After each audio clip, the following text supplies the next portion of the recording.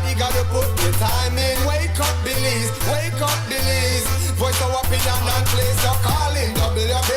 Be yourself, see yourself. This is the show my people. Belize our hope, so to needless reason. Nobody feel left out. Is the vibe we dealing. Let's find a solution. Yeah, yeah, yeah. Love, respect, unselfishness and cooperation. That's all we need to build a strong nation. We are the people to make the changes. We are the changes. WB. And all the things that we feel happen like I got blue skies. And nothing make people get victimized. Let's work together for better. We got to unite. Belize, yeah. Wake up, Belize. Wake up, Belize. Another day is here. Wake up, Belize. Wake up, Belize. We gotta keep moving. Na na na na. Wake up, Belize. Wake up, Belize. Everybody gotta put the time in. Wake up, Belize. Wake up, Belize. Voice our opinion and place your calling. WB. Get up, make every day count up. Wasted people, do your part, play a role, get where you need to. You can tune in from work or in your vehicle. If you got a problem, pick up the phone. Why wait till the time? Call in, it's a show with no matter even if you're at home. Just call in. WB. Wake up, Belize. Wake up, Belize. Another day is here. Wake up, Belize. Wake up, Belize. We gotta keep moving. Na na na na. Wake up, Belize. Wake up, Belize. Everybody gotta put the time in. Wake up, Belize. Wake up, Belize. Voice our opinion and place your calling. WB. Be yourself, see yourself. This is the show, my people. Belize our hope, so to needless reason. Nobody feel left out. Is the vibe we dealing. Let's find a solution. Yeah, yeah, yeah. Love, respect, unselfishness and cooperation. That's all we need to build a strong nation. We are the people to make the changes. We are the changes. WB. And all the things that we feel happen like I got blue skies. And nothing make people get victims. Together for better, we got to unite. Belize, yeah. Wake up, Belize. Wake up, Belize. Another day is here. Wake up, Belize. Wake up, Belize. We gotta keep moving. Na na na na. Wake up, Belize. Wake up, Belize. Everybody gotta put the time in. Wake up, Belize. Wake up, Belize. Voice our opinion and place your calling. WB.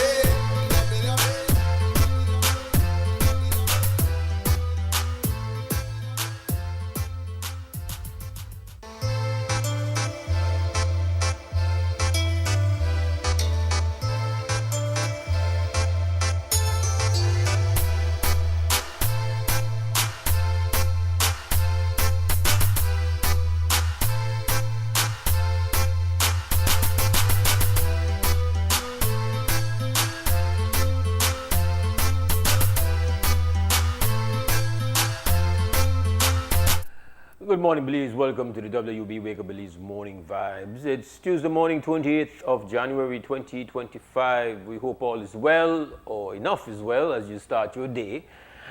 We love that you're there. So that's beautiful. Welcome to the show called WB Wake Up Belize Morning Vibes, Belize's premier morning conversation. Hosting today, yours truly, Mose Hyde, and of course, we expect to feel you not only present but also engaged. But before we get there, we have to, kind of set the table a little bit here. Firstly, we got to welcome everybody to the house that's listening to Creme Radio, watching XTV, got us on their apps, because that's a route that you can take, or social media, we're streaming, simulcast coverage available.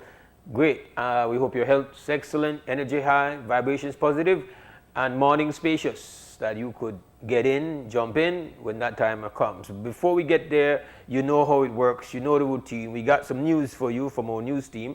But first, we hear from the National Meteorological Service. We've got forecaster Ronald Gordon to tell us what kind of weather we can expect over the next 24 hours. Good morning, Belize. Latest observations across the country show partly cloudy skies with scattered showers. At 6 this morning, radar showed that most of the showers are concentrated in the extreme southern Toledo district. Marginally moist conditions for today and tonight will support a few cloudy spells, with the likelihood of a few showers occurring mainly over coastal areas of the country. High temperatures this afternoon will be around 84 Fahrenheit over coastal municipalities, 86 inland, and 74 up in the hills. Lows tonight will be near 76 Fahrenheit along the coast, 72 over inland areas, and 65 in the higher elevations of the mountain Pine Ridge. Winds out at sea will be out of the east and northeast at 5 to 15 knots, and sea conditions will be choppy. There will be a high tide at 5 minutes past 10 this morning, followed by a low tide at 2:52 this afternoon. Sunrise this morning is at 6:25, and the sun will set at 5:45 this evening. The moon will set at 7 minutes after 5 this evening, and the moon will rise at 6:39 tomorrow morning. The outlook is for generally isolated showers activity on Wednesday, followed by a slight increase in showers on Wednesday night. In the sargassum forecast, with limited sargassum over the area, impacts from sargassum are expected to remain minimal during the next few days. And that concludes your weather report and forecast from the National Meteorological Service. Join us at midday for our next weather update, but until then, enjoy the remainder of your Tuesday morning.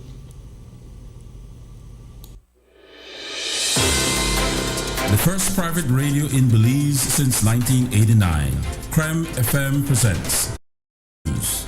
Informative, accurate, current information, local, regional, and international news, weather and sports.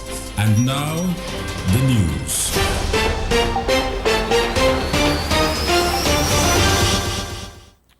Making news this morning.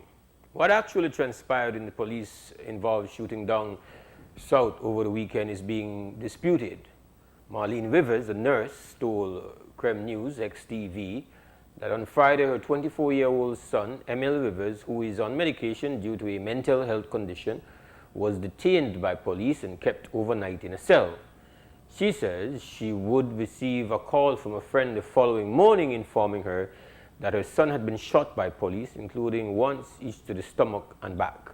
While she claims that he was brutalized before the shooting occurred, the department is disputing the family's version of events.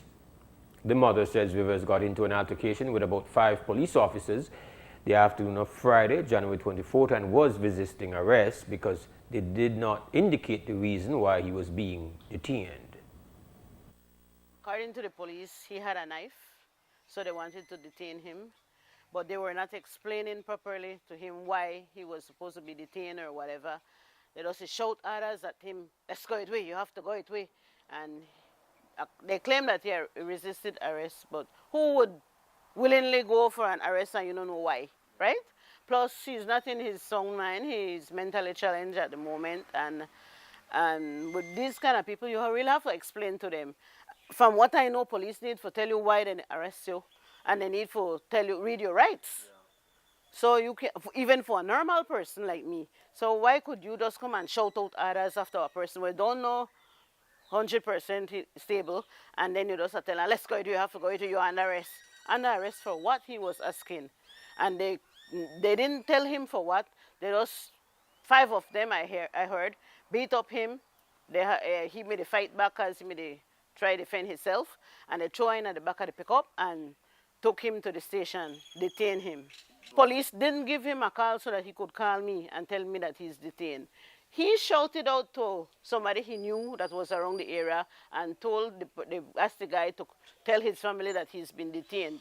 I have not received any call from police that your son is here.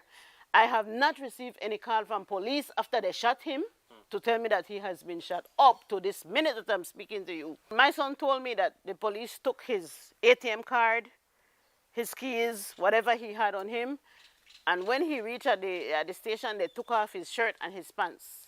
He was in the cell in a boxers. She didn't explain what her son told her about the actual shooting. I hear that. My son said that they tell her, go, you're free. Before 7 in the morning, Saturday morning. When he gone out, I know they start chasing with gun, like 5 police or 6 police, they chase him with gun. He run in our yard, that person where we know, and he may want shelter in the house, but he never get forgetting. So he gone to our next family house because the church member and my mother. And he may just want shelter inside, but they never put him inside. So he said he find a machete there. First of all, remember he never have no machete because he come out of cell. Yeah. He find that there. And he say 5 man and they got gun. So he say a machete, so he have to try to defend himself. Remember, he know the thing straight. Now, he say he hear one in shot, but he can't let but person we know normal, right? He say he can't let go him machete because 5 man got gun, they don't let go the gun. So that is why he never heed to the warning shots, because he never think that he need to let it go, because they don't let go the gun according to him, so he can't let go him machete. This machete where he only find there. He know got no machete. He just run for them for the sale. He said then tell her go when he come out that how he get out if they not tell her go to.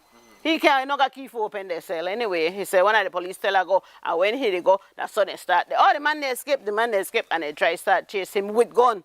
I hear one police beat my son with line stick. One police beat her with a plastic chair, broke up the plastic chair for my son. Why so much police for detain one slim Magali boy? Huh? Why?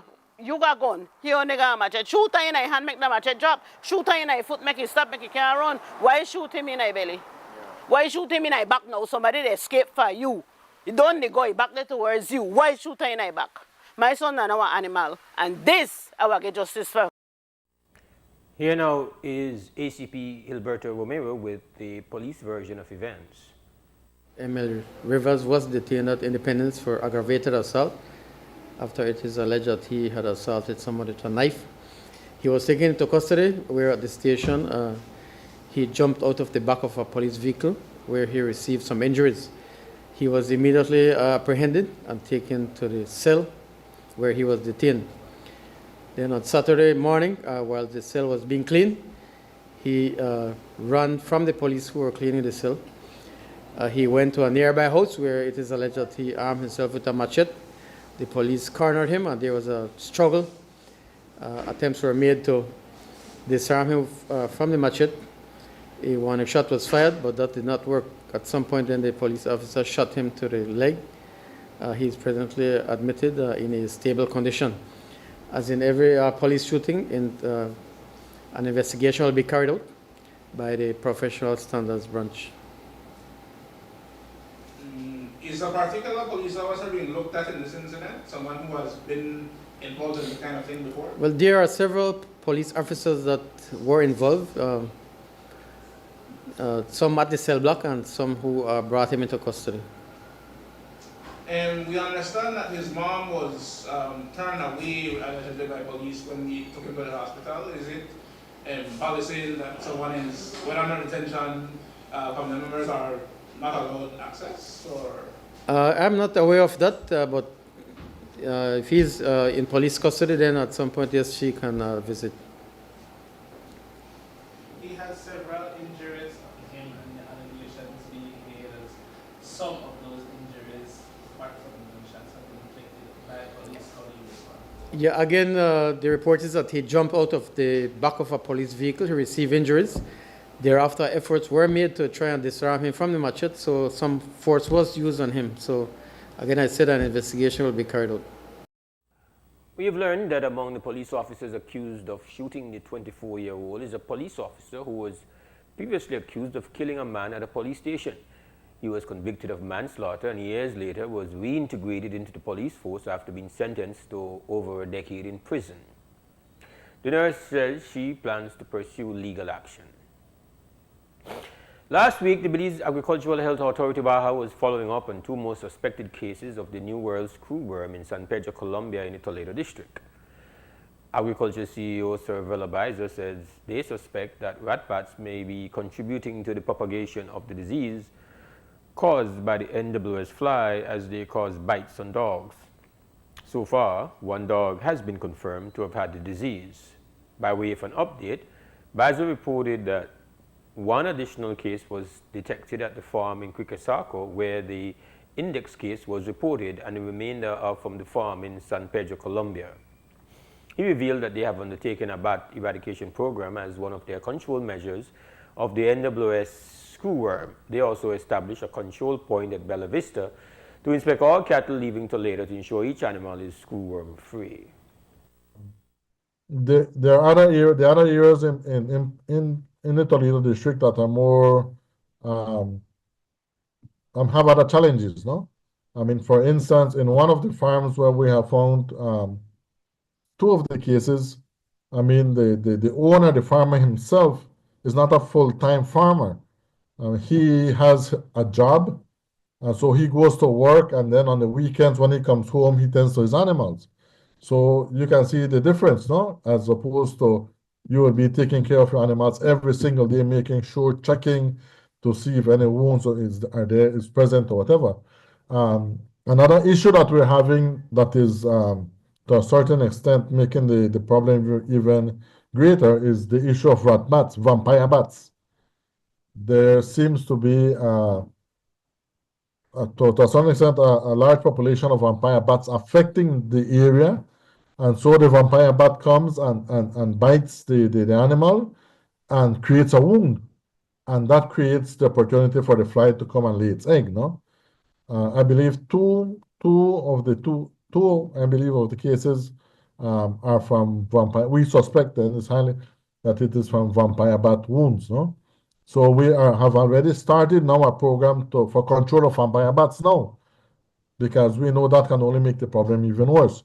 So we've already had a training. We already did some vampire bat trappings last week. No, early this week, early this week, where some vampire bats were caught and they were pasted with the poison for them. Well, that's what is basically done for them to go back to the colony, and that reduces the number then of vampire bats.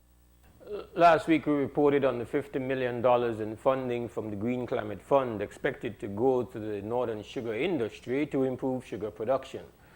Among the measures, among the measures to be implemented is the exploration of new varieties of sugarcane that are more climate resilient.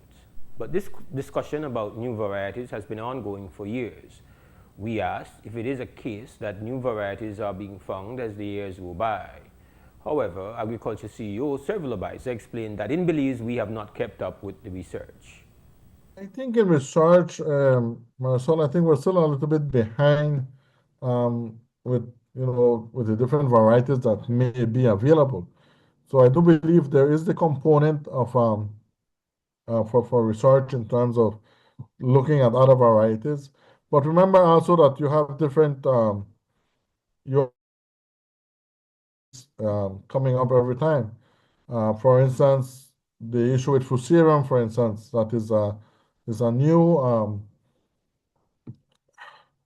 challenge right now for our farmers. So now we have to look at climate resilient, but also we have to look at some varieties that are more tolerant to the fungus. And so, conditions are always changing. And so I think we have to always be trying to adapt to these new realities, no? I mean, look at the rain pattern right now. It literally hasn't stopped raining from November right now. It really hasn't stopped raining. And so I think it's something that will never stop, that we will continuously be looking at these adapting, no, to these changes. The body of a man was found early Monday morning in the Kings Park area of Belize City at the corner of 3rd and Landiver Streets. The man was identified as 58-year-old Patrick Christie. The cause of his death is not yet known, but family and friends believe he may have drowned in the drain outside his home. Surveillance camera footage from a neighbor showed Christie tripped and fell on the side of the street. He had fallen before, but friends aren't entirely sure if he had any medical condition other than bad knees. After the death of his mother, Christie lived alone in the house with his 2 dogs. Josh Sosa, who was like family to Christie, said he was happy when they last saw him the night before and said his passing is a great loss to the community. He was happy, like every day, spending some time with friends and myself at the restaurant, and just having chats, laughing and smiling. And then at the end we will close off, and he just came home. As you could see, the vehicle is perfectly parked, and that's when it happened. Sometime last night after 1 in the morning.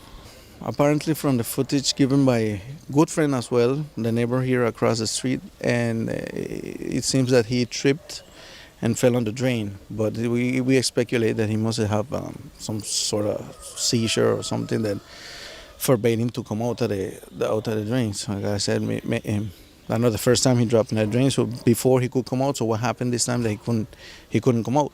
So eventually, I guess he must have drowned. We know he had some bad knee and two bad foot, and he would just drop, and just later in the day would tell me, Josh, I dropped into the drain again, or any story. But he came out of the drain, right? Because he was there, and this time that's why again they speculate something must catch. We don't know. We just have to wait for medic say what happened, no, what actually catching. He could perfectly be the mayor of Belize. Everybody know. He would be friends with everybody. He had everybody friend. And you see, like I said, I used to offer things. He said, no, Josh, don't worry about it. Don't worry about it. Patrick, this is me. It's Patrick. I did do it. Don't worry about it. You go do your thing. That the way he carry out himself. Always giving, always open, always listening, always watching. So we actually lose a valuable element of the neighborhood watch. Well, and a neighbor and a friend, everything, no. Although he never had kids, well, a lot of people will feel the loss. And that ends the news update here inside the WB. We now take a small break, and then when we come back on the other side, we're going to open up for conversation. You're listening to Creme Radio, you're watching XTV. We'll be right back. The first private radio in Belize since 1989. The news. Informative, accurate, current information.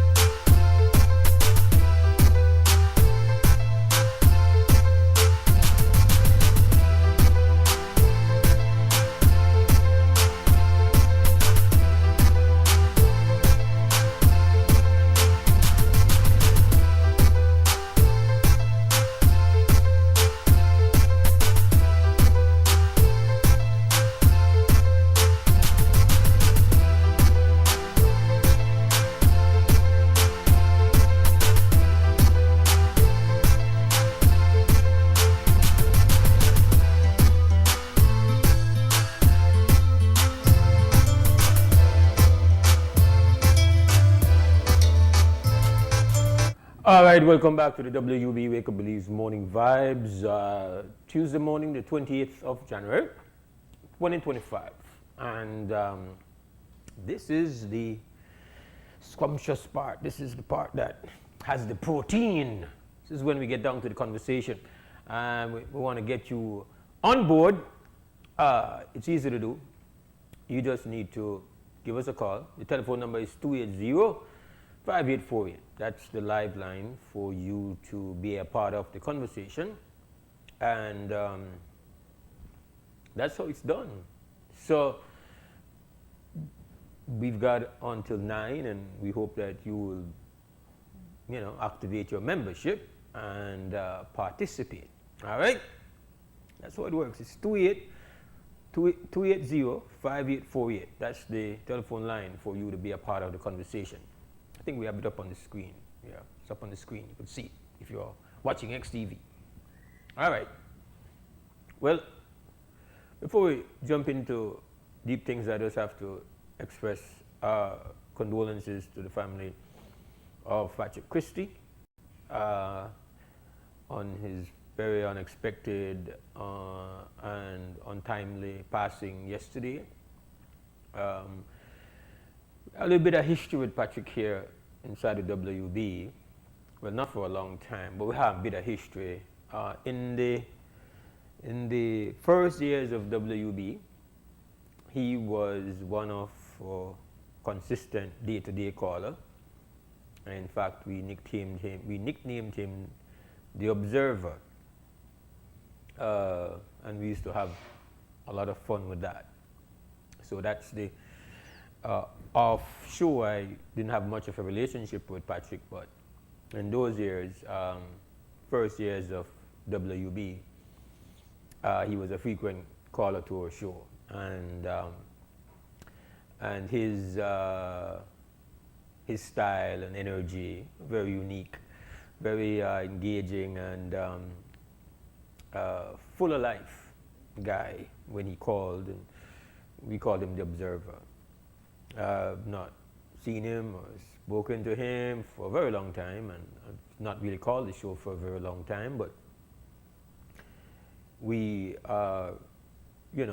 we have a special place for those who have really and truly been so important to getting us to lift off the ground here within this program that's now over 25 years old. We just marked that in December. And so he's one of those persons that, was very active with us in those early years. And so we have fond memories, and I'm sure we still have tapes and CDs with him calling in. So we just give thanks. We give thanks for his life. And I'm sure that those who knew him best and who were his friends and immediate friends and family members, as I've seen people go online and posting their feelings about the loss of Patrick Christie. So we join that, and we express our sincerest condolences to the family. This is Wake Up Believes Morning Vibes, and it's we spoke a little bit about our currency yesterday, where we think, is a high priority consciousness and understanding that people should have and have a better idea of their money, this very important part of life, your money, and where its value comes from, and people being very passionate about the value of their money, but might not be so clear as to how that value and how its stability is maintained. And so it is kind of coincidental that in the same news cycle when we are looking at that, or at least in the general time period, we are having this conversation now about the struggles in the sugarcane production. And we've not had any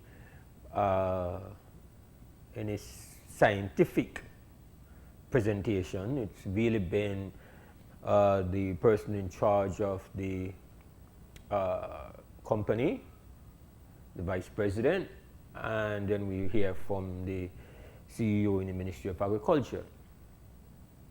But the real unpacking of exactly, you know, the scientific facts around what's going on, we get the big, broad sketch of it, that the quality is not what it needs to be, and so the yield will be affected, and you know, it's not going to be it's going to be a challenging crop.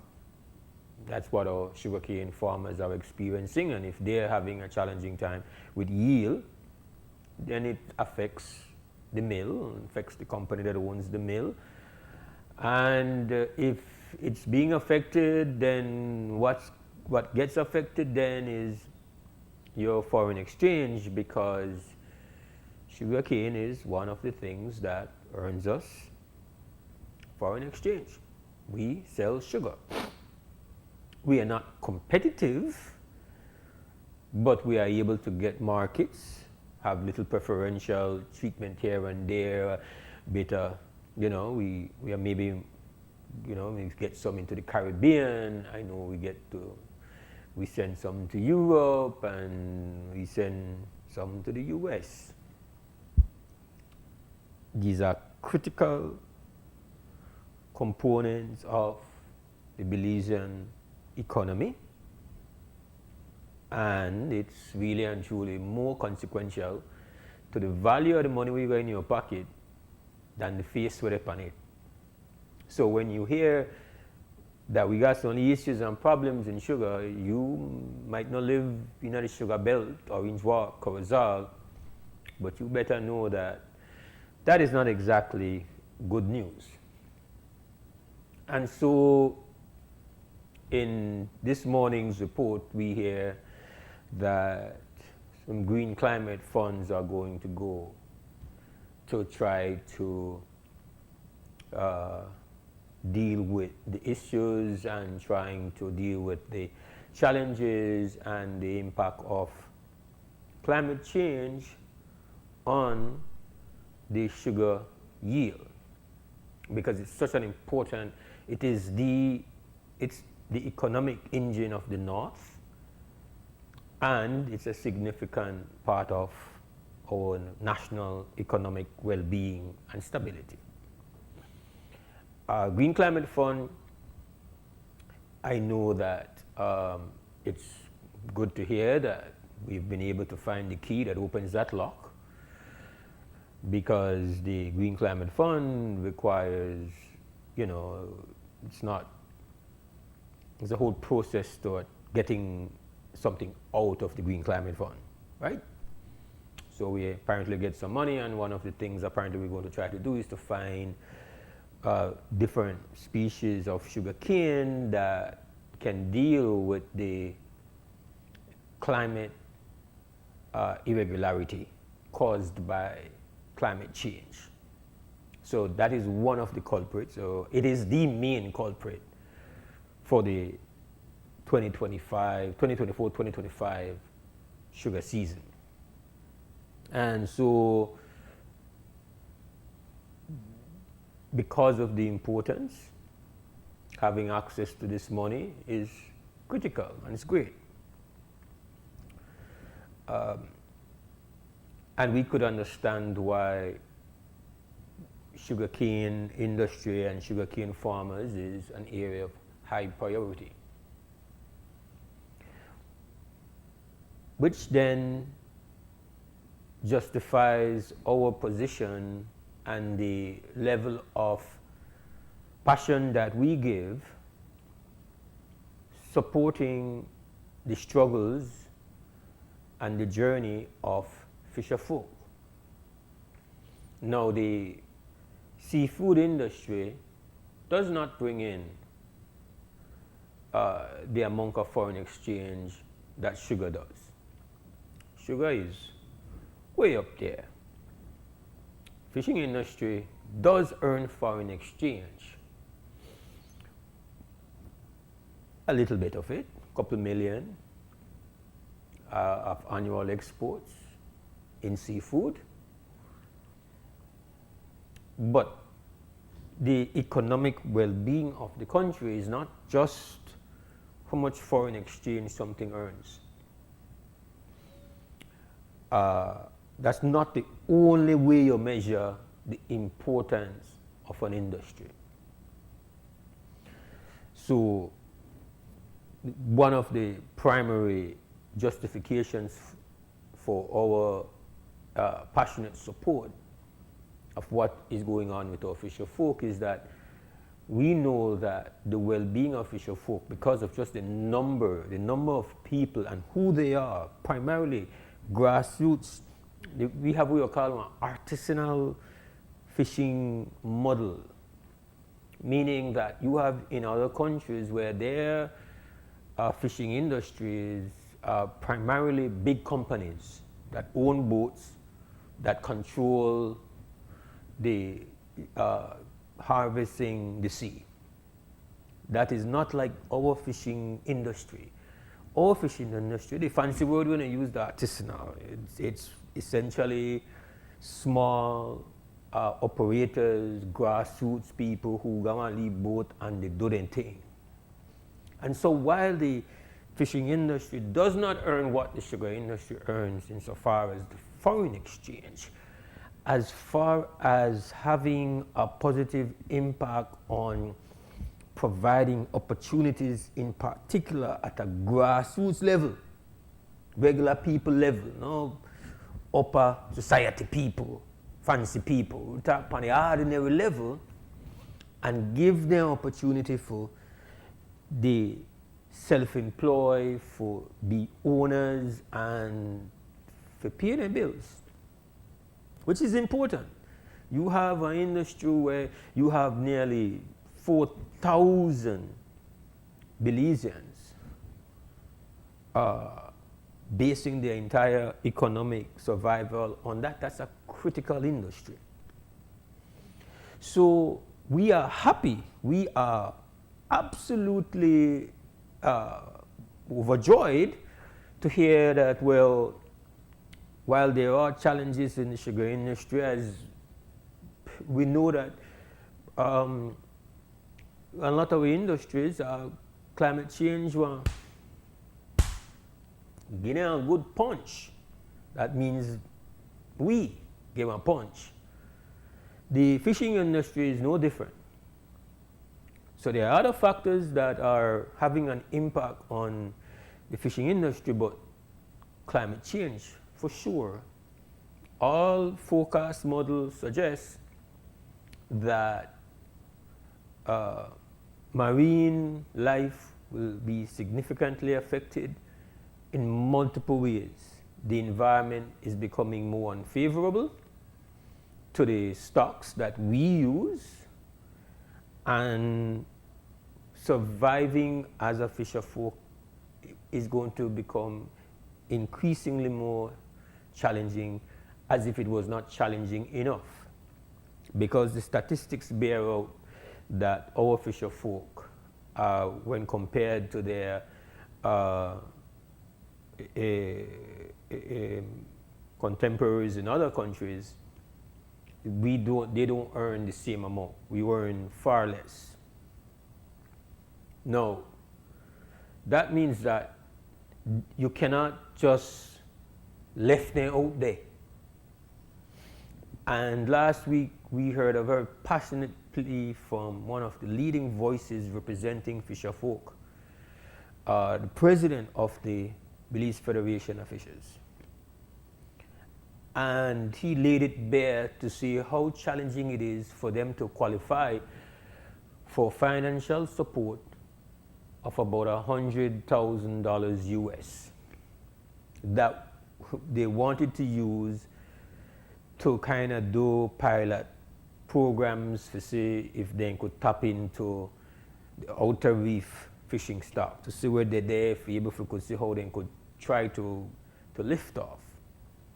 And they have essentially been turned down, lamented the fact that while the blue economy has basically been built on the whole mortgage of our marine resources. And out of that, so much funds coming in, fisher folk can't access anything with that. So we have to point out that we have to operate in a much fair and just way. We absolutely support and stand behind the efforts because we understand that our well-being is connected to the sugar industry's state. It's what's good for sugar that believes is good for all of it, because right now that is one of the ways we get foreign currency. And we understand also that the entire economy of the North is built on the back of the sugar cane. And to have the climate affecting how much sugar you get out of your sugar stock, that's a serious thing. So we hope that the $50 million, which the report in the news is we are going to get out of the Green Climate Fund, is going to be efficiently and properly managed, and that it does what it's supposed to do. Create the adaptations, create the mitigation that can protect the industry from the shocks of climate change and other stuff going on. But we stand also that if we understand the need to have an intervention, if we obviously understand why it is, we need to secure funding for support and to be active for our sugar industry, then it means that we're intelligent and we got some understanding of trying to look after our self-preservation. So it should never be the case where we have enough intelligence to understand self-preservation in sugar and not to have it when it comes to the plight of fisher folk. If there is a hurricane and there's damage, the first thing we know we will hear is the impact on agriculture. And then we're going to figure out all different ways we try to reduce the impact on those who are in agriculture. And again, completely justified and logical.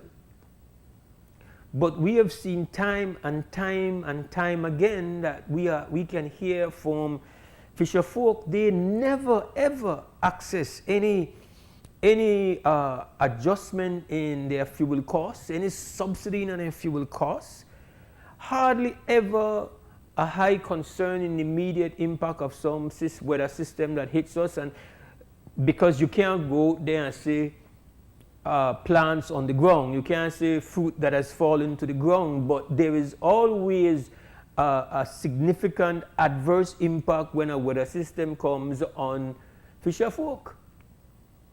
I mean, because you know visible to the naked eye, means it not happen. When a man guy trap them mark and set, and when a system come and he can't find the trap there again, that's a devastating loss. The impact on higher fuel costs. Again, we have to say that there seems to be consistently one kind of blind spot.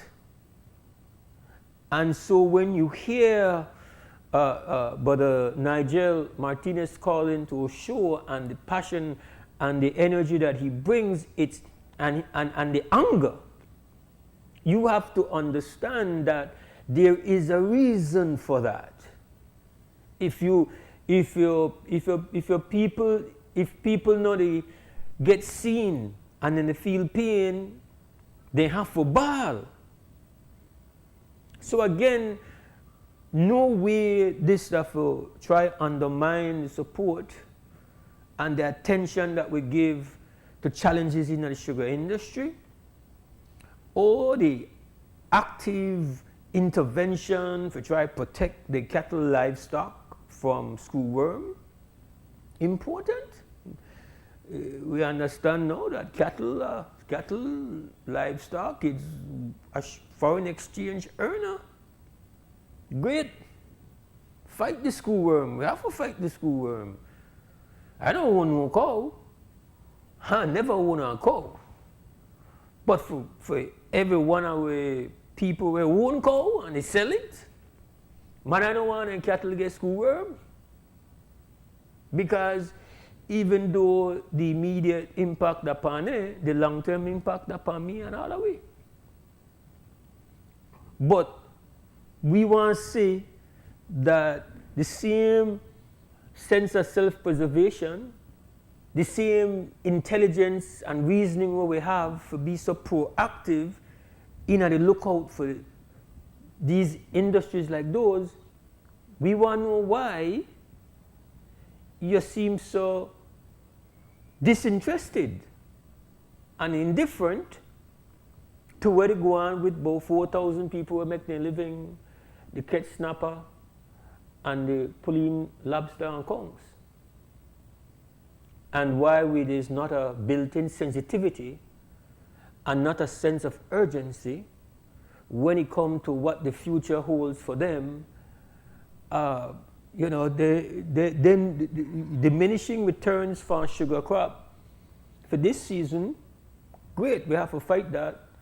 But fisher folk have been experiencing diminishing returns and diminishing stocks, and when they now come and say, listen, we have the scientific data to say that the fishing stocks are going down, they have been refuted.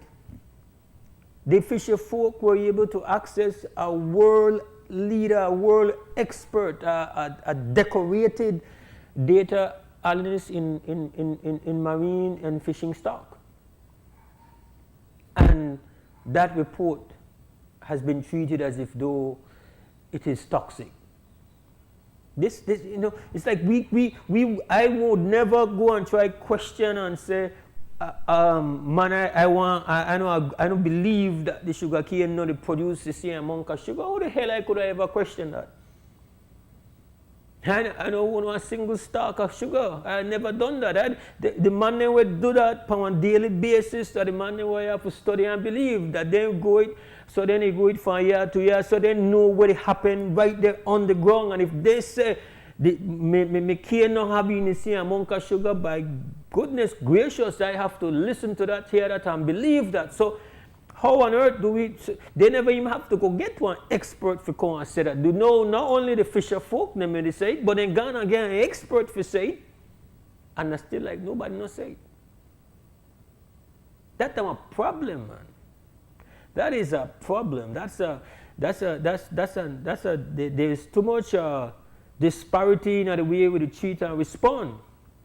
Because climate change will impact everything, absolutely. Agriculture will have to be intelligent. We have to figure out how we adapt. We have to depend top of our game, and you know, get better.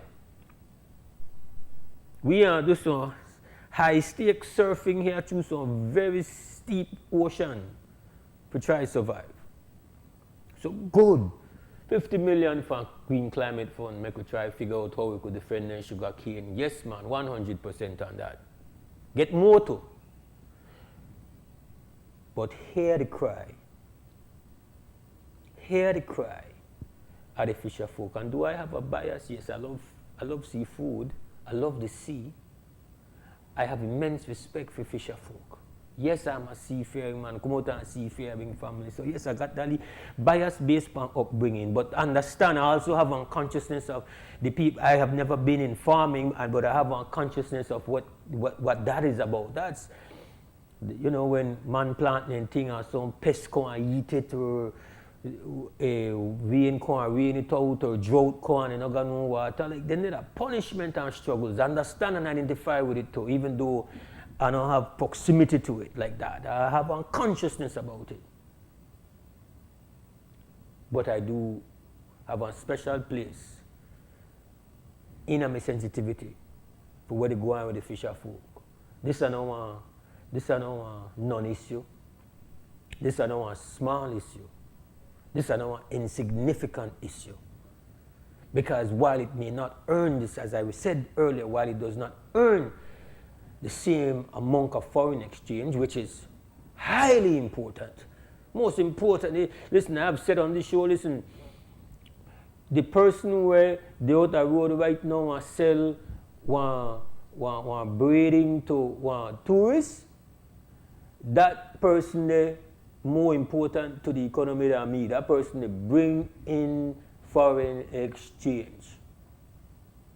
Absolutely got respect for that. Totally. Fisher folk bring in foreign exchange, but that are not the criteria of importance in my view when it comes to that is share, number, and who they represent, who they are, and how important that is in the socio-economic fabric of our community. That it has to be respected, their cries have to be heard. And when I say, but we hear it and they just want to bawl and they just want to cry. People not cry for nothing. People not call talk show and spill their soul because they put off some kind of theatrical performance. Reason why one person will represent fisher folk have to call in and just go off and just fully airwaves with that passion, that because when he in a meetings, that's the way he get find members. Trust me, that's how it work. Then they feel it. They don't make up, they don't act, but they are being treated as if though they can be ignored. And that is some absolute BS. Right now it is 7:29. Going to take a break for 2 cents calm, sponsored by 4 Point Security, and then we go to a commercial break, and then we join you again on the other side for more WB Wake Up Belize Morning Vibes. And hopefully you've decided to jump in and call. The number, the phone works, 280-5848. We'll be right back.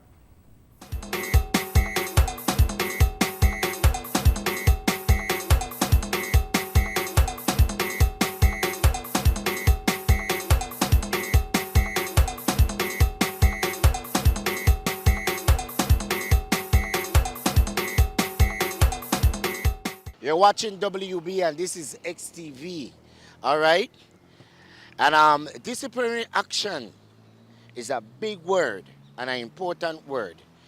The commissioner has bring disciplinary actions against officers who have behaved in unmanly manner. Now, we can find out the people in 2 cents and see what the public think about disciplinary action when it comes to a police officer. Let's go find out people in 2 cents. Right, 2 cents question of the day. What do you think that some of the disciplinary action the police department should take against some of these police officers who out of order?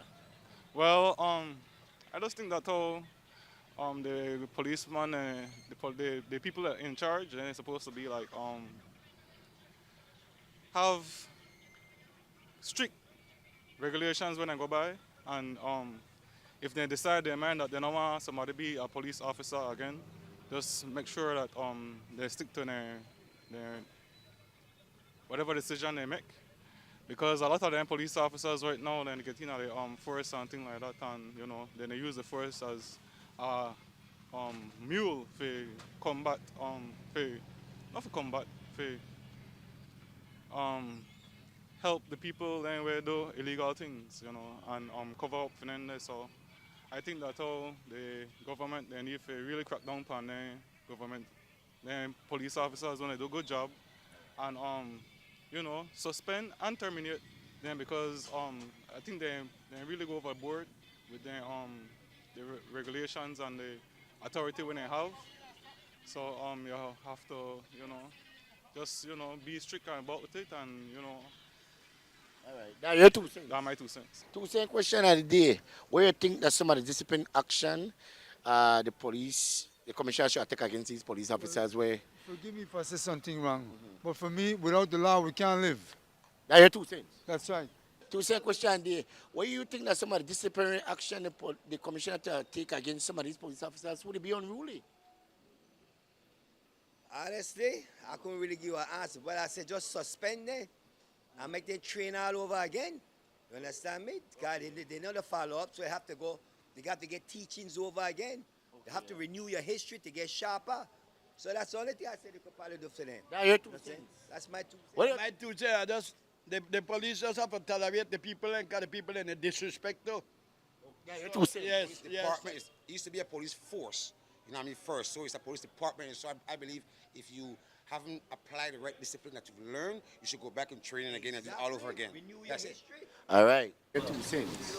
I think that's a good move because, you know, some of the police then they just, they out of order. I mean, they take the law into their own hands and they should be judged just like the regular civilians, so they should be trial and charge and everything too. And they just use the authority and abuse it, so that good crackdown. All right. I think, personally, as a human being, right, people bound to make mistakes. And I would say that you have certain measures put in place and the commissioner have to abide by that rule that they have in place. So he can't go over that. So whatever there is in place for him to charge these police officers that do wrong, then he have to abide by the law and do what he have to do, no? That's your 2 cents. That's my 2 cents. All right. Thank you, sir.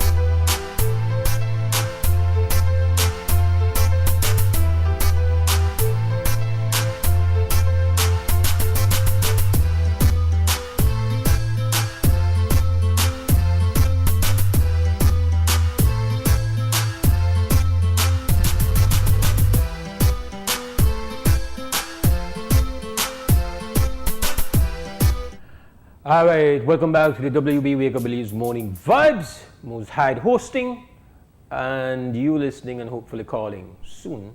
The telephone number is 280-5848.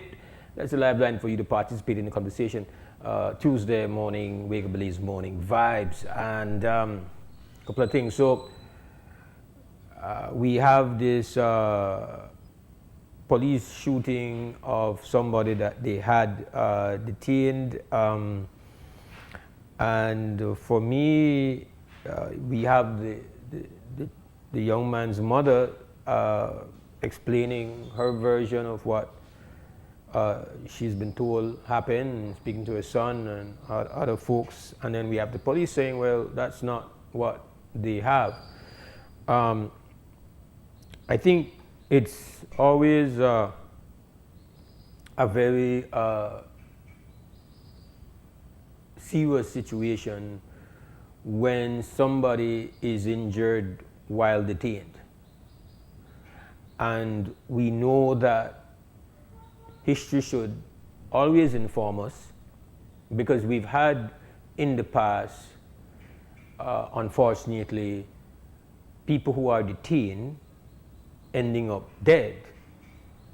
So this has happened.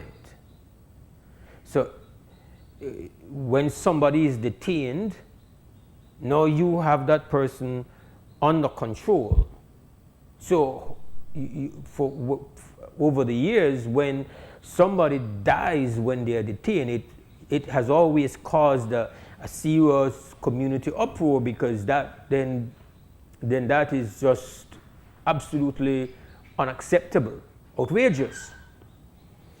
So thankfully, the young man doesn't appear to be a situation where his life is in danger, at least based on the story that we have done here at CREM and XTV. But that doesn't mean that it does not send off some alarm bells. One, because it's a mentally unwell individual. But I have a call. CREM, good morning, WB. Good morning. Good morning. I listened to the news that said to the mother where they talk about it, to the mother and son and the police. Yes, sir. You listen to the mother said that the guy come out of the station, run down our house. Even the mother admit that he find a machine in another house. Mm-hmm.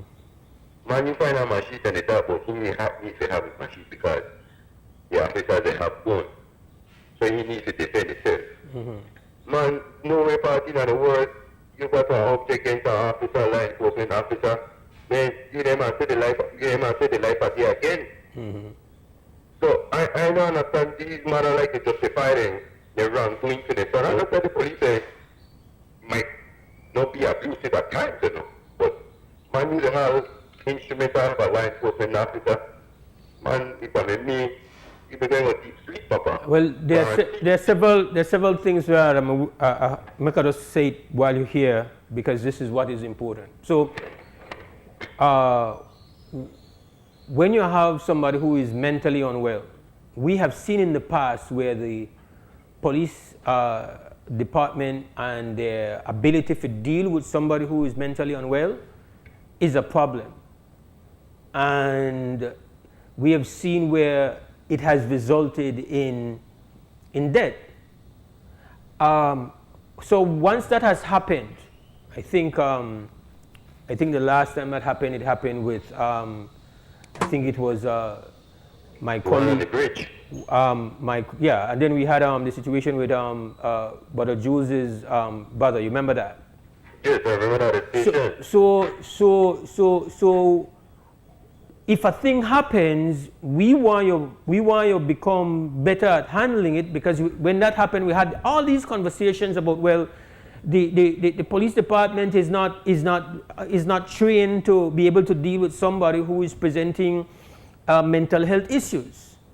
So you have to understand that we want you to become better at this. What this says is that we know to get better at it. Now, absolutely, I can't argue with you if somebody the police, a police officer is entitled to use deadly force if they feel like their life is threatened.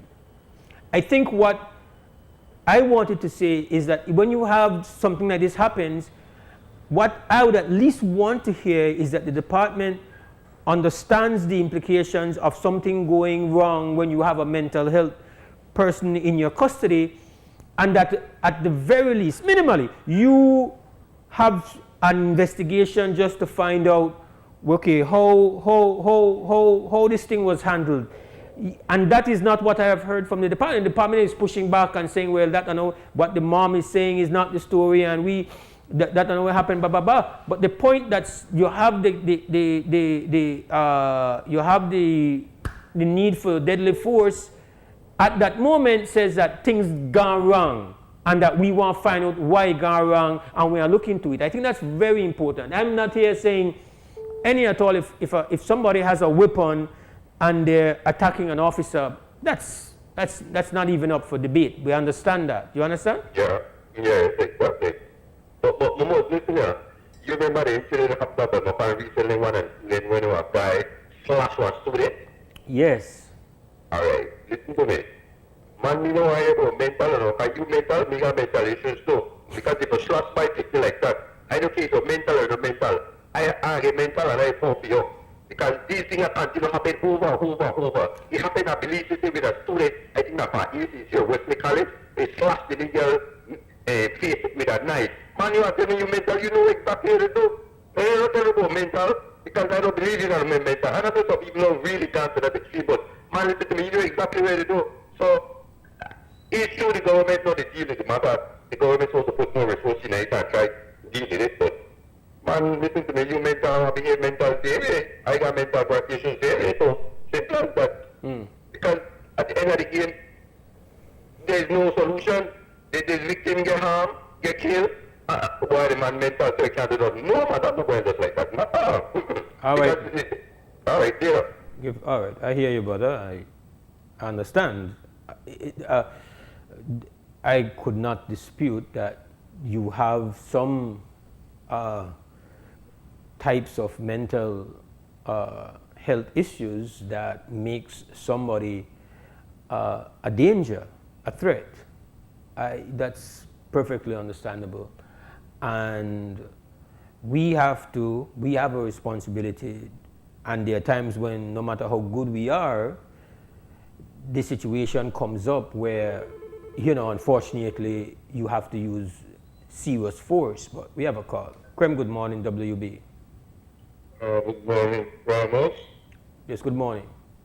Yeah, on the issue of mental health, again, I just want to say this, that it's a serious problem, and one of the chronic issues is that certain medications are always unavailable at the hospitals. For example, this medication, risperidone, which is taken by most of the patients, for 80%, and for the past 3 months, there has been none. So I think a lot of these things that are happening on the streets right now with mental patients, they are relapsing because they cannot get the adequate medication. So they are out of the medication? Yes, sir. For the past 3 months, they don't know risperidone for mental patients. So I think these things have to come out to the public, man. It's really frustrating, because a lot of people see them walking on the street. That's why they are acting bad, because I think some of them are relapsing, because most of them are getting this medication. They have, for example, one named Depixol. For 1 year, they don't have no Depixol. So they're giving a medication called Modicate. Just swap from one medication to the next one, and that doesn't work, brother. That doesn't work. And why is you take any kind of medication? Have they? Is a critical medication for the mental patient. Over 80% are taking risperidone, and there is no risperidone for 3 months now. So, Carla, let me ask. What is the explanation given as to why this particular medication has been unavailable? They blame him because the psychiatric nurses, they send their requisition to the ministry, and they say the ministry no buy nothing, because I said the 10 when they're done, and I call the ministry they don't have, they asking bodies and they can't get the medication, but you go to the private clinic, they have. Most of mental patients, they don't have the money to buy it most, and it's very expensive in the pharmacy. Those parents that can afford it will buy it, but majority, as you know, the people out on the street there in the city, they're wondering, they didn't have food.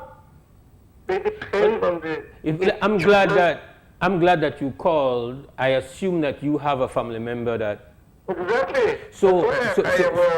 I'm glad that you called, because otherwise, how would we know? Like, how would the media even know that there is a shortage? Because I think people who have a family member that is suffering from mental health issues, there's such a stigma that comes with that people are not willing to come and say, okay, talk about it. Listen, if you're out there and you know, okay, there's a problem with the medications, or I know in the past, it's possible that you have called to say that they've been using medications that might not be the most effective, and so we've had these conversations, but there's only one way for us to know, for those who actually are there, that they are willing to come forward.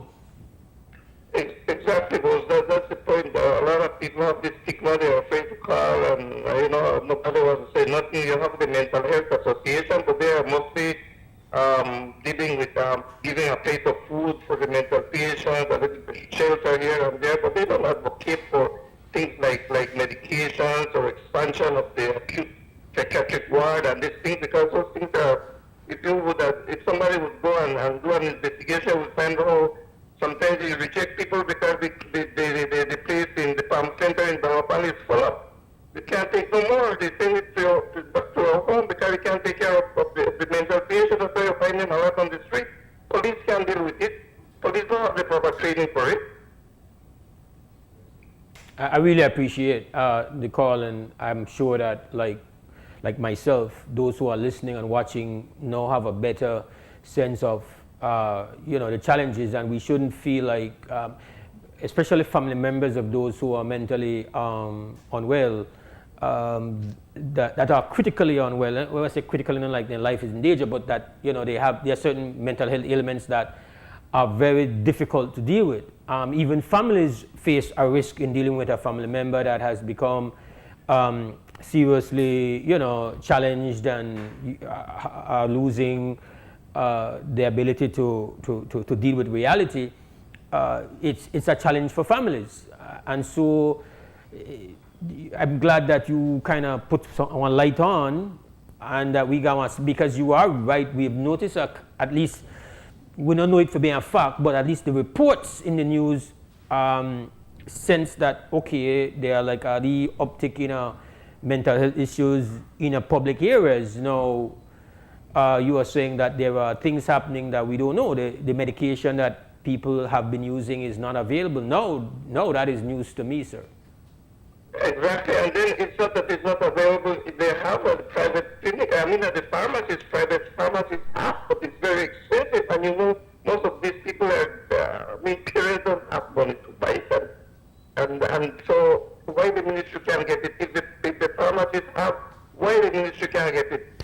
Let me just, while you're here, mention my news editor, Mary Solomaya, has just shared that the Commissioner of Police has, on the next show and on Facebook, said that, good morning, the individual was shot in the abdomen, and I don't think the identity of the officer is relevant at this time. What is important is whether or not the shooting is justified. The story put out by the family through the media is not an accurate account of what happened. And why that is critical is because the spokesperson for the police was denying that there was an abdomen shot. That's the report that we have given. So that means that either he didn't know or he was being absolutely dishonest. So now if we know that, now that we know that you would put out something where as significant as that, and they deny it, now you have a credibility issue, because you've said to the media, oh, no, you don't get shot in the belly. And the family has been saying, yes, he gets shot in the belly. And now today, the commissioner is confirming that there was an abdomen shot. No, you create the credibility gap here, you understand? Exactly, and then then not only that, you have various things where they had one the other day with the student by the Civic Center in Dalapan where the patient, the mental patient, I think he chopped somebody from the student. I think the student might have been knocking the man or something like that. I'm not sure. Listen, but there have been, the incidents are increasing. That's why it's of concern then. Proper treatment, proper care at the mental institutions most. Yeah, well, we'll see if we could get some info on that, but thank you for the call. Okay, bro. Thank you. So again, like I said, even for family members of someone who has a very serious or a severe mental illness, there is a threat, there's a risk. And if you're a police officer and you are not, this is not what you're trained for, again, this is very difficult. We have had these conversations before. Unfortunately, sometimes tragically, we've had to have these conversations. What this says is that we are still not improving, we are still not learning from things that have happened to us and becoming better. Families have a hard time to deal with it. What are you supposed to do? What is a family supposed to do? Invest in a chains and tie down a family member, when they realize that they have one bad episode. It's really something that is about maintaining a level of a commitment for do it best. And I understand that a mental patient in some instances are a danger. Most mental health issues don't produce that kind of threat, but there are some. And while we understand people at times having to defend themselves, we have to be reminded that someone who is having a severe mental health episode, one that is very critical, you have to understand though that is the result of something that is happening beyond their control. Let me take this call before I go to break. Krem, good morning, WB. Hello, Mose. Good morning. Good morning. Mose, you know what I think? One of the worst mistakes was moving Review and just making a building that they call Farm Center. The space is not enough for the amount of mental patients that is in society. Because when they had a review, it was divided into two. There was a building for males and there was a building for females. And it had enough space and enough staff. But now they don't have enough staff and they don't have enough space. So I think it's up to the government to build a proper institution where you can get these people in a building and train enough nurses to take care of them. Because yes, they have nurses at Farm Center, but it's a rotation, it's not a steady staff, it's a rotation of staff that goes there. Like maybe some nurses will stay 6 months and then they go back into the hospital setting and then they send another set, just like that. But they need to build a proper institution for these patients. And Rockview was the ideal place because I had friends there as a nurse and I can tell you it was more prepared. So you used to be a nurse there?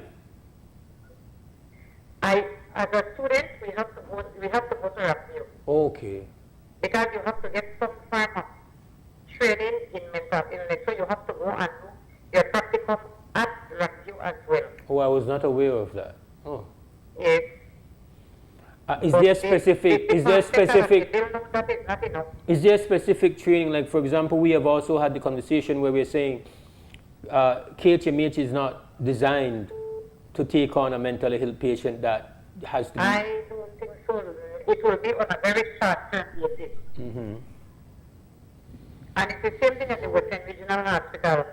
We have a psychiatric wing attached, but it's a short-term basis. Mm-hmm. But I'm talking about these mental patients that are on the street, and family members don't want them because, listen to me, some family members will be talking when something happens, but some of the very same family members don't want to take care of their own family family members with mental illness. Yeah. So I'm talking about on a long-term level, they need to build a better institution for them on a long-term basis. Well, I really appreciate the call. Again, really enlightening. I wasn't aware, but you are identifying the structural deficiencies where exist, where make it, where create one environment where probably you end up with things like this that happen. So I give thanks for the call. Yeah. Yeah, man. Give thanks. This is WUB Wake Up Believe's Morning Vibes, Tuesday morning, 28th January 2025. Mose Hyde hosting. We're going to take a small break and then we're going to come back for more.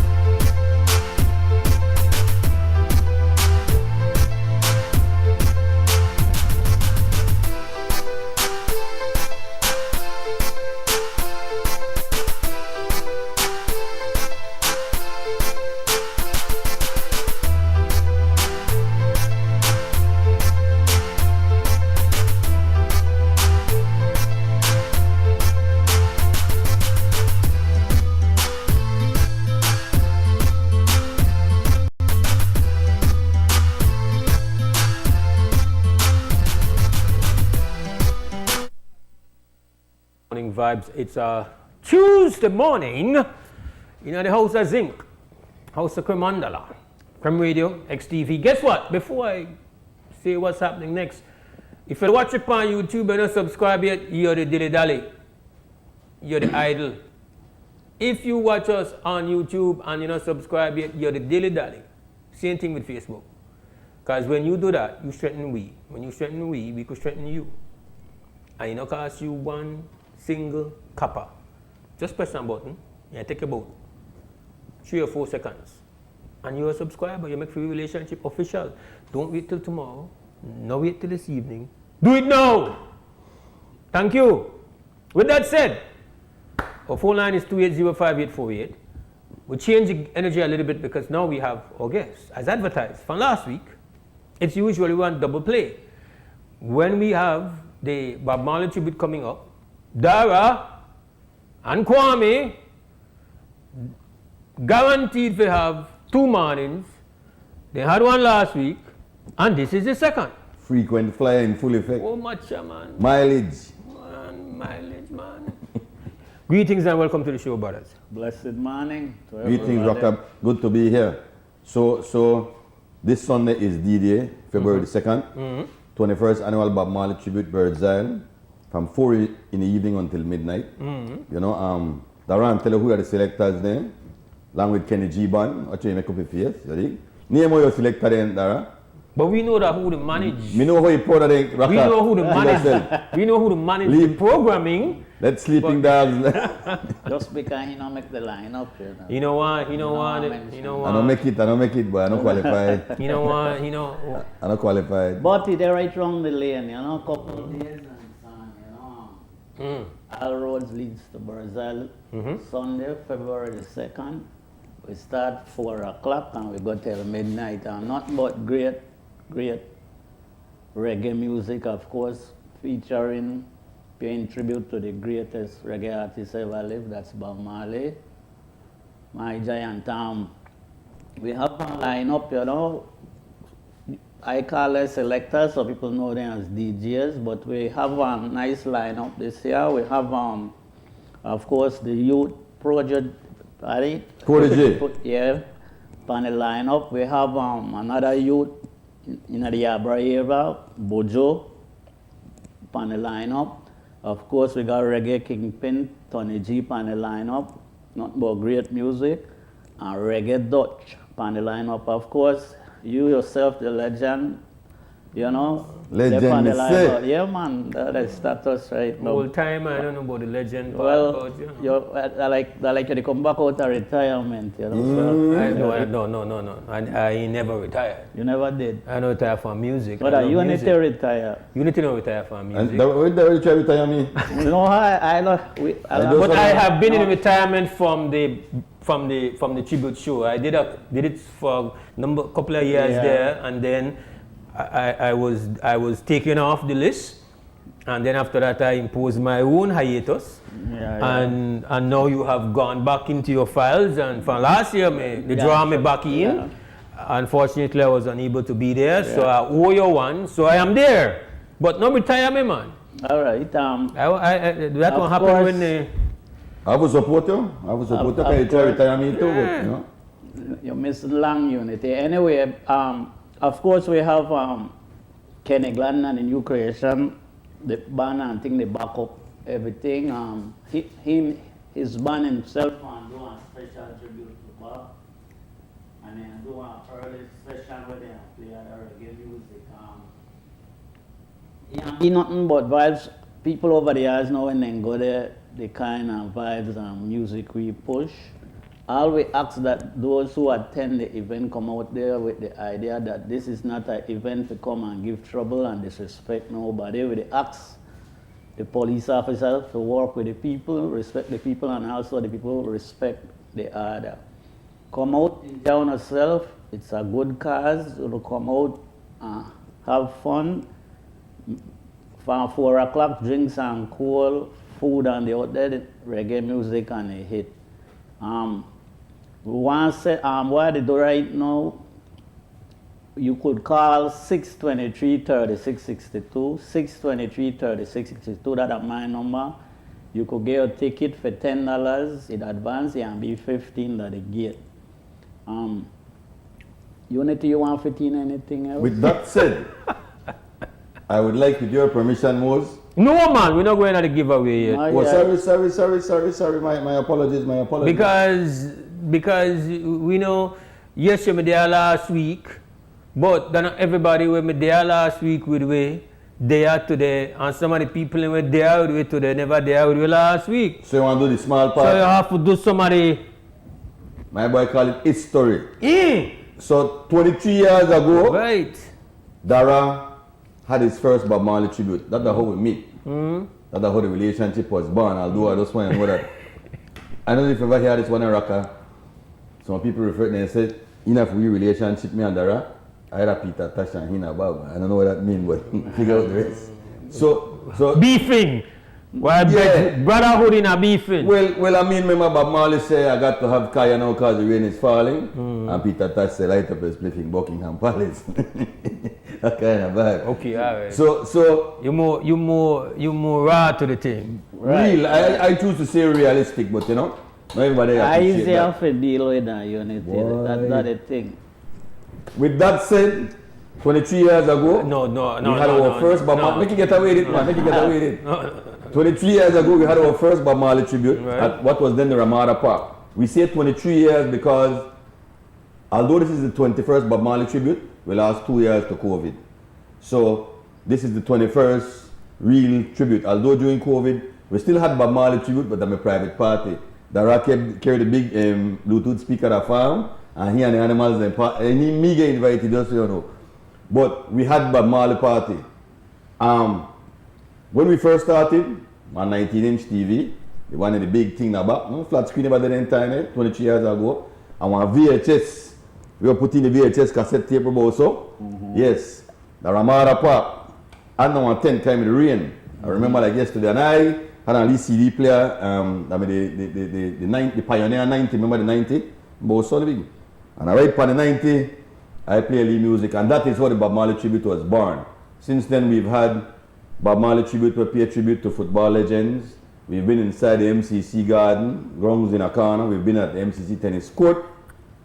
We have transitioned. We are now at Big Bird's Isle, covering legendary Bird's Isle, so to speak. Expecting people to apply for Monday off for report sick because people don't miss it. You know, we stay away from the Super Bowl Sunday next week, so that was we. $10 in advance, 15 at the gate. Because we champion the cause of food, we have the barrel at the door, at the entrance, if you want to bring any food stuff. And we have transitioned, or evolutionized, if you may, into a part where we accept anything. One time they just said, bring canned foods, non-perishable goods. But now if you want to bring one pound of rice, one pound of beans, one pound of flour, and we now have to go on ice box because people bring meat. Yeah. So if you bring a little chicken, we also bring it frozen. People bring chicken, half a chicken, you know, waste. You go to good use. You bring a kingfish. Yes. I like the jack, you know. The soup. We must say too, because when we say that, you do have people bring stuff, but they thought that at the entrance fee. So we not force nobody or tell them you have to bring. We ask those who could bring and want bring. Because but you still need to pay your entrance fee. Right.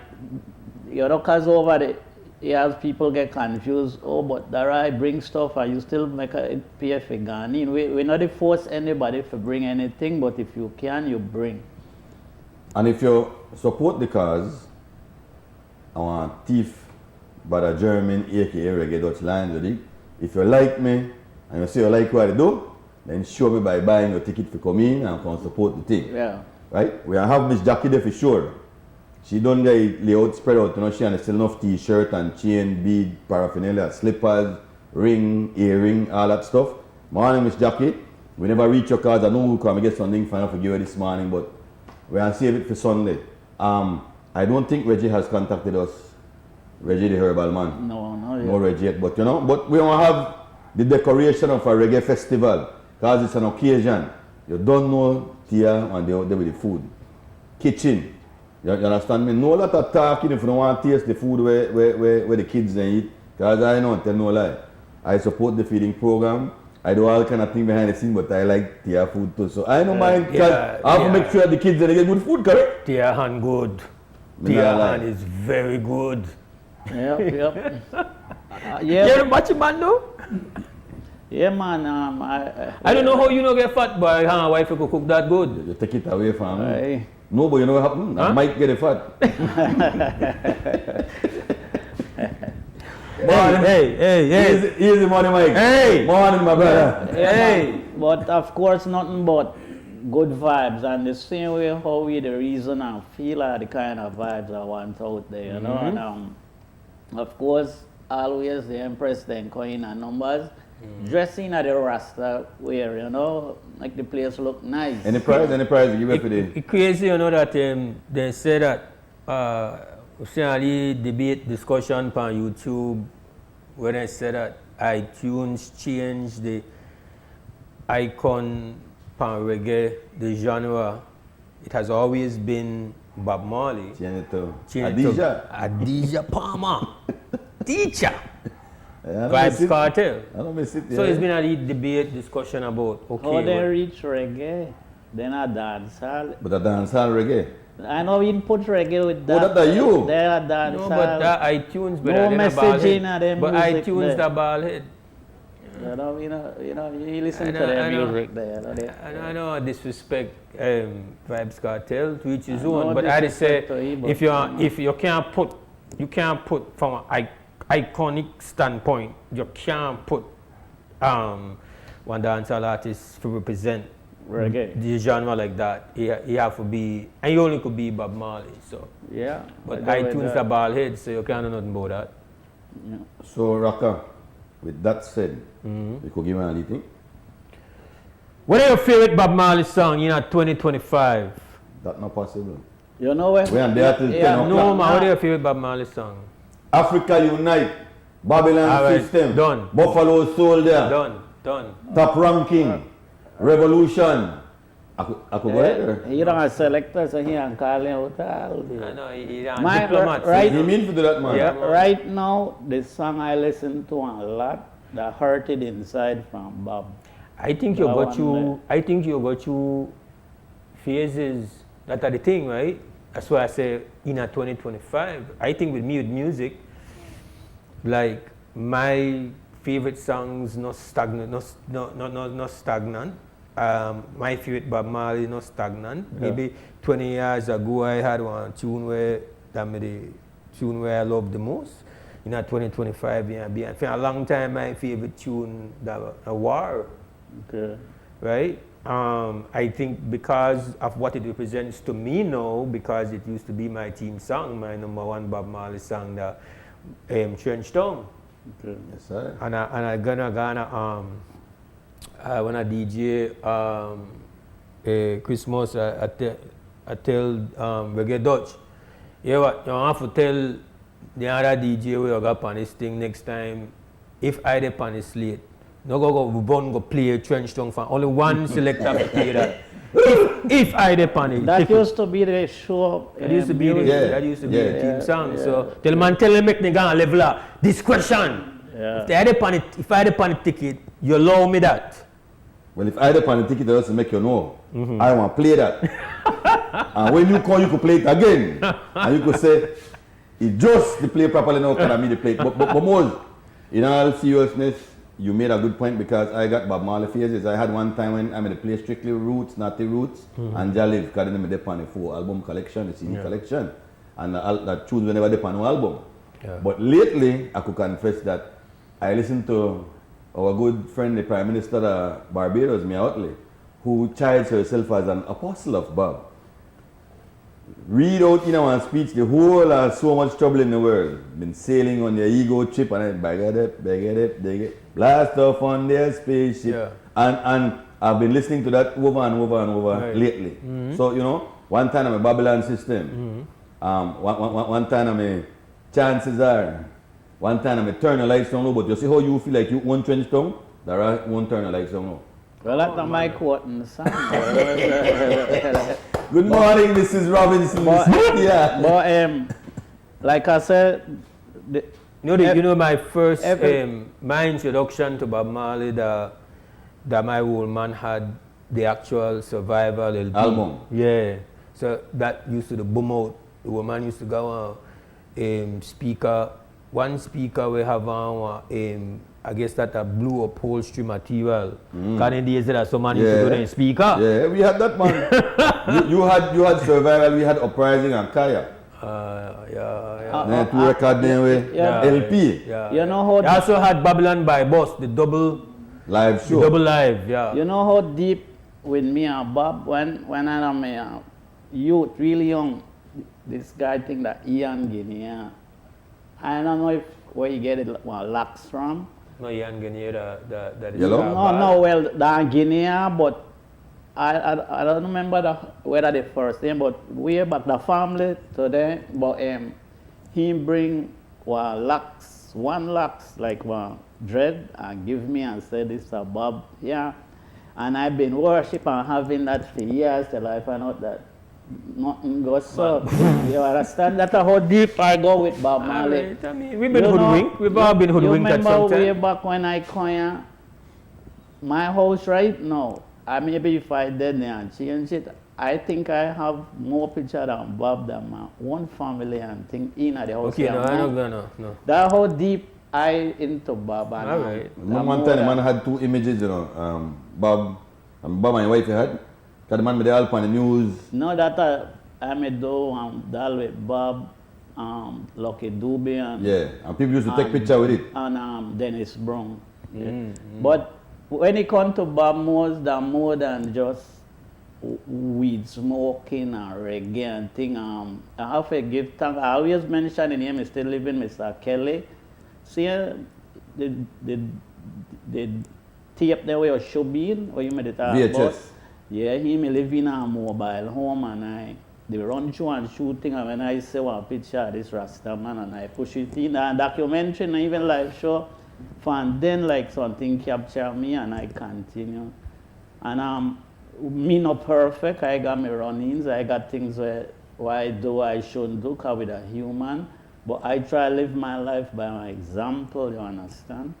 Humble up as much as I could. But Bob had a lot to do with that, because early in my life, I never have that strong father figure to steer me the right way. I could have been a gangbang, I could have been a lot of things, but I hold my head up and thank God to the day there.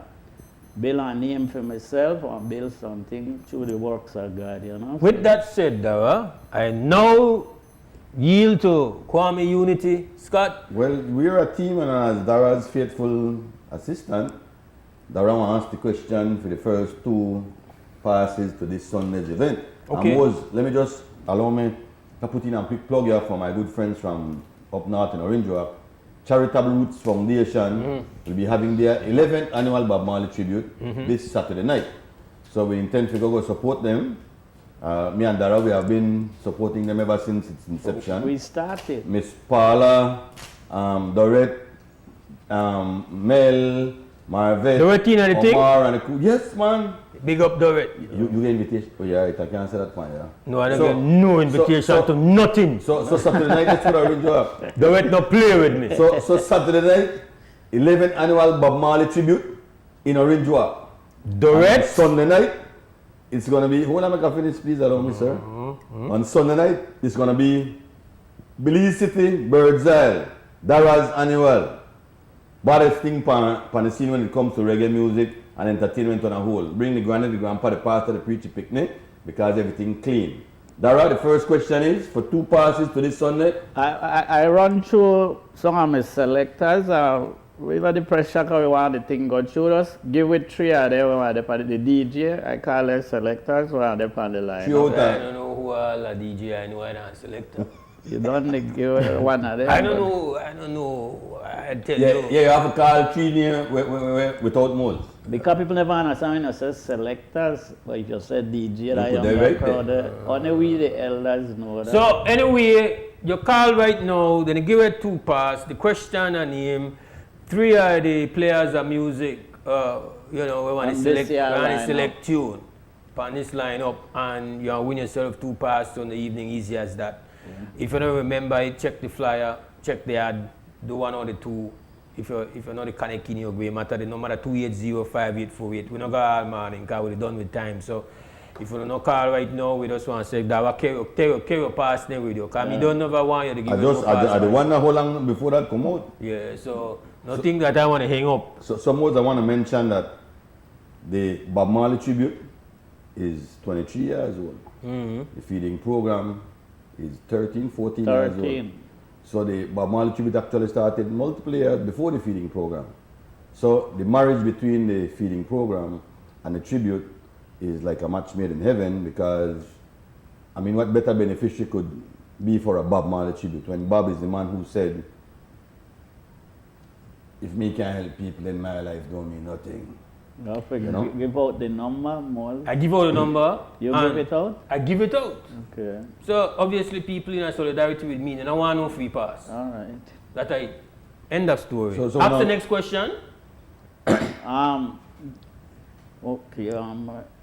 Unity help. Unity ask your question. Anybody who could call and give it 2 or 3 lines of your favorite Bob Marley. Easy. 2 or 3 lines. Easy. Sing it or say it? Anyway, sing it will be better, but you don't have to sing it. Because if I'm the one, I want to win it and I can't sing. So, you know, that's not what I'm going to give. All right, so any Bob Marley fans at all, they listen or watch, we just want you to say words from whichever song you could remember. Tony G, you can't win this. Right. So, again, nobody call. Count to 10. Yeah. And then you carry your pass name with you. 1, 2, 3, 4, 5, 6, 7, 8, 9, 10. Carry your pass. I'm thinking I'll count 2, 4, 6, 8, 10. That's it. Pat, carry back your pass. Yeah. So we're good. So we're good for Sunday? No, again, they know they want to call. Good morning, WB. Good morning. Okay, that in our language I understand. Good morning, WB. Yes, Palamon Show. Yes, sir. Well, I'm ready for the Bob Marley now. What to do? Sing the tune, you said? Sing your favorite tune, yeah. All right. All pirates get their rabbi. So like to the merchant ship. Me no tap the token.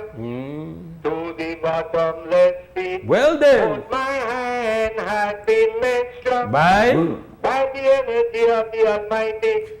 That more than one. No, I think, but then I don't know how you want to reach from where you there to cut at this event. Because you know that who? Yeah. So I have my sister, my daughter could go. Okay. Name. And she could pick it up. Where your daughter name? She know my daughter and I know my daughter. Where your daughter name, man? Because when you want the people, they think they want. Eve Banks. Huh? Eve Banks. Eve Banks, great. The ticket and there are the security, the crime, right? At the booth. Yeah. All right, give thanks. I don't know, what is call I want to know. WB, good morning. Win too. Good morning. Good morning. Hello. Knock, knock. You're wasting our time. We don't got time. So, we lenient. Congratulations. Congratulations. Yeah. To Brother Adam. Eve Banks. 2 passes will be at the gate at Creme. Just come with the ID. Courtesy of Mose, because Mose, I don't ready for lock it off. Courtesy of me at all. I tell her I don't lock the in, but don't delay. Darling, leave it. Gentlemen, want to thank you for coming through. And of course, we know that it will be as it has always been. One extraordinary coming together of the community in a spirit of unity and vibes and, yeah, enjoying reggae music. And of course, you know what I say. The selectors, no play around, better play some Bob Marley, no? Yeah, man, of course. WB, good morning. Good morning. All right. Final thoughts before I go to my break. Come on out Sunday. You won't be sorry. Come on out Sunday. Good vibes, good reggae-matical vibrations and rocker. And see you Sunday. Right. I want to thank everybody who part of the support, always support got me back and sponsoring everybody and thing. Thanks for support and we look forward for a blessed day Sunday, All roads leads to Barzile this Sunday from 4 p.m. till midnight. Not but great reggae vibes. WB, good morning. Yes, man, I want to request this song. I want to tell about this song, Chances Are. It's Bob Marley. Oh, you want to sing that, but we don't know how to sing in phase.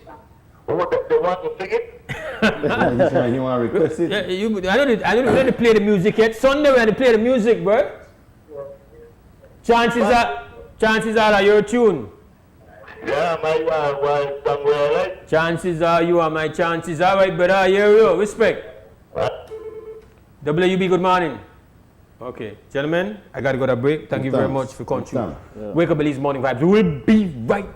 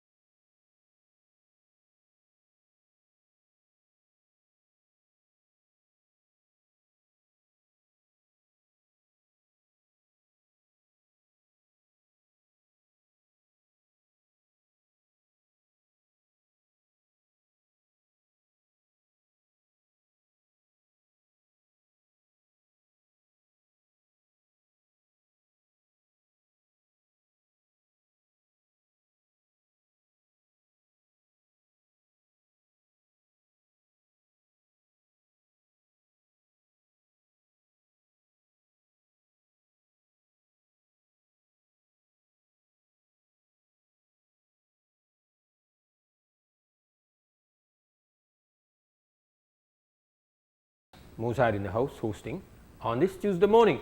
Our telephone number is 280-5848. There are the direct lines for be on this show. And so, yeah, you could still jump in even though we don't got a lot of time left for kind of activate full conversations.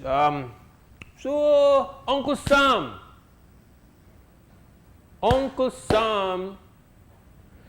turn off the pipe, but foreign grants until further review.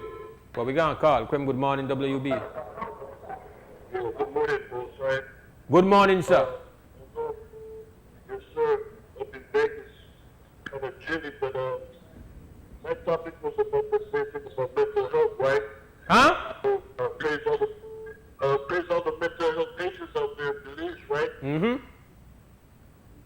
So, we got a percentage of mental health that's coming from the streets with these kids smoking mixed weed with the cocaine and Belize, too. You know, every year when I go back to Belize, I see kids. Normal, make sure when I go back to Belize, they're walking around like zombies. You know, it's just reality, you know. It's not thought about that on the radio and everything, you know, but when you're on the street and see what's going on in the streets in those blocks, in those neighborhoods, you see exactly what's going on, you know. You little kids, 13, 12, 13, 14, smoking weed, mixed weed with that cocaine, you know. That cocaine in Belize is pure cocaine from Colombia. I thought that cocaine into America, that took about 20 times already. You know what I'm saying? It's sad, but it's reality. We got a few percentage of kids down there that have mental issues because of smoking that thing down there. Face it or not. And one more thing, right, about the police department in Belize, right? You got too much police that work in old cities, so everybody's relaxed with the officers that are born in their city. Like they get more privilege in it. Vegas. What's up?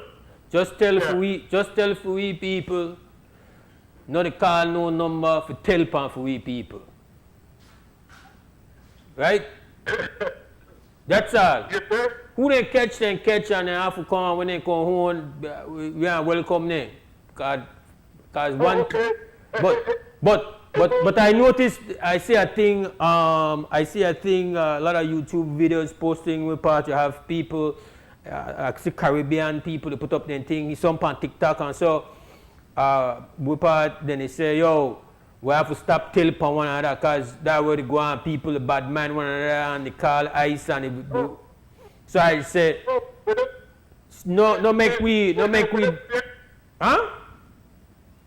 That's reality. I got about a few friends that get deported because by people. People like snitching on their own people. That's a part of how we black people acting like. No man, we can't do that. You can't do that to one another, sir. Yeah, okay, Moses, for example, when you go to LA, I heard you got a party in Hoover. That's my hangout spot on the block 40 in Hoover. You've been there before, right? I've been there before, yeah. I've been there before, but I know I've been down there. Now I probably go down there and link up with the Ajax, link up with my bedroom Felix. Huh? Yeah. Yeah, so that's the hot spot for ICE to go to, and they know that because it's been hot before. You know, I got cut up there like 10, 12 years ago by a raid. You know, so they block up the whole perimeter. This is not time for the hangout. No. That's not time for the hangout, but that aside, like you know the kind of animosity we have build up if you find out that somebody, you know, make a call upon you, like that means we end up with we are going to import one lot of deep conflict. So Trust me, Hyde, you know, some successful people from LA get deported because of bad minded. You know what I'm saying? Yeah. People can hustle 30 years in this country. Yeah. They're all going to be gone because of their due process rights and everything. Yeah. Trust me. It has happened in the past. I got friends who worked in trucking company for 20 years with a wife and kids and house and still got deported, my boy. You know what I'm saying? Because of your past conviction of possession of sales. Because you got a green card. You know, a green card don't mean nothing here in America.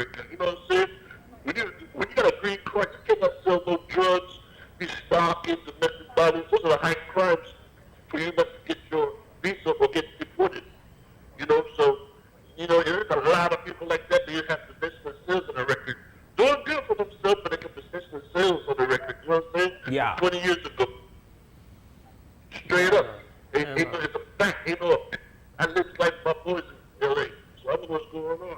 Yeah, man. Who they catch, but at the end of the day, no make we the help. Make none of own. Yeah. Hey, it's going to be a lot of snitches. It's going to be a lot of snitches. Just believe in LA, they love snitching on each other. So that, there will be so you feel like at the talk to the wind because people want to snitch. Oh, trust me, I grew up in the Belize American life. I grew up around Belize all day, every day. I know all the snitches who might talk from my get deported. Trust me. Seen that, you know. But, how long you been watching soccer? Do you remember when Brazil went to Belize? The what? Brazil. Do you remember when Brazil nationally went to Belize to play soccer in the 80s? Brazil. I don't really. You must have been young, yeah. That's the first time Brazil went to Belize in 1987. I was in Slovakia selected that time. Then I went back to Belize. I was on the being their national goalkeeper for years, along with Charlie Slush. Okay. And I was just going down Slovakia. But yeah, our mental problems on the street for us is those kids smoking that mixed weed with that cocaine. Trust me. Some of this, yes, respect to the mental health people who bond with it and everything, but you know, that's their frustration down there, and the man is smoking mixed weed down there. They catch that for us. God bless. I remember to give thanks for the call. I got to go to my last break, come back and wrap up this show for today. When you bank your way, it's a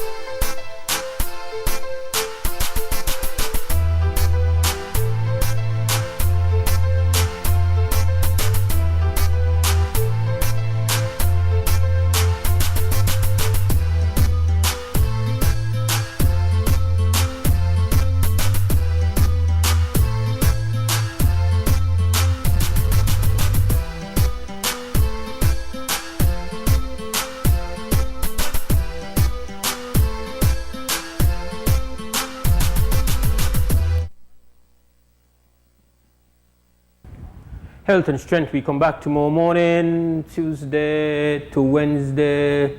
Wednesday at 6:30. We link up once we have the health and strength to do that. Salute the team. Of course, we've got Larry G at Creme Radio and the glue Cliff Lewis, Cliff at XTV, and our director Alexi Belide. Hope you have a great Tuesday, and as always, stand strong, stand firm. For now, we're gone!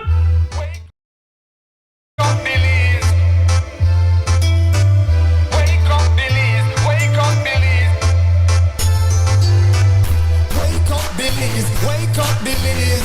Another day it's here. Wake up, Billies. Wake up, Billies. We gotta keep moving, na na na na. Wake up, Billies. Wake up, Billies. Everybody gotta put the time in. Wake up, Billies. Wake up, Billies. Voice our opinion and place the calling. WB. Be yourself, see yourself. This is just show my people. Billies our hope, so to needless reason. Nobody feel left out. It's the vibe we deal. Let's find a solution. Yeah, yeah, yeah. Love, respect.